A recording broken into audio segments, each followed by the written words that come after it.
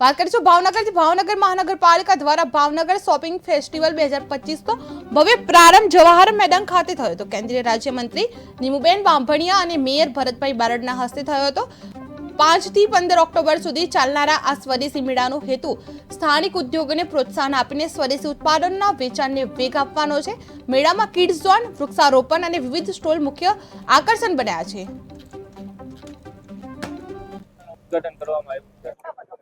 ભાવનગર શહેર મહાનગરપાલિકા આયોજિત સ્વદેશી મેળાના આ આયોજનમાં ભાવનગરના જ લગભગ લોકોએ, સખી મંડળોએ, બહેનોએ ખૂબ સારી રીતે અહીંયા પ્રયાસ કરીને સ્ટોલ રાખીને પોતાની હાથે બનાવેલી વસ્તુઓ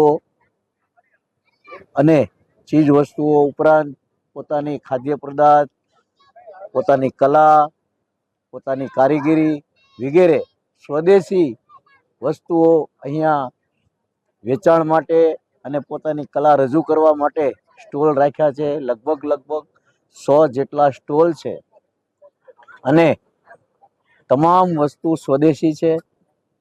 આપણે સ્વદેશીનો ઉદ્ઘાટન કરવામાં આવ્યું છે।